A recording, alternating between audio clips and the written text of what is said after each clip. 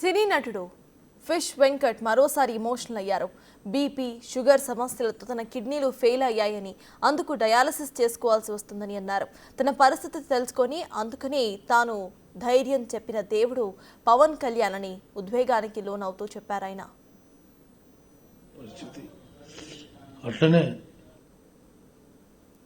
పవన్ కళ్యాణ్ బిజీగా ఉన్నా సరే తనని చూసి పలకరించిన విషయం తెలుసుకుని వెంటనే 2 లక్షల రూపాయలు బ్యాంక్ ఖాతాలో వేయించారని చెప్పారు.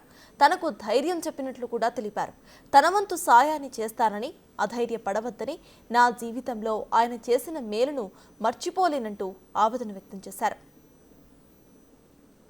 అందరికీ హృదయపూర్వక నమస్కారం.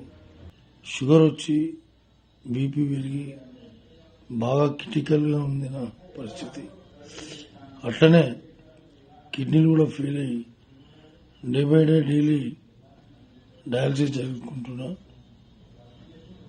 ఈ సందర్భంగా మా ఇంట్లో అంతా మంచి మంచి ఆర్టిస్టులు తెలుసు, పెద్ద పెద్ద హీరోలు తెలుసు, వెళ్ళి కలవచ్చు కదా అంటే నేను ఇప్పటివరకు ఈ హీరోల దగ్గర కూడా ఎప్పుడు కూడా పోయి కలవలేను.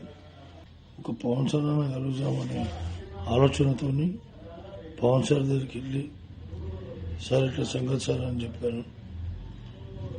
ఇమ్మీడియట్ గా స్పందించారు.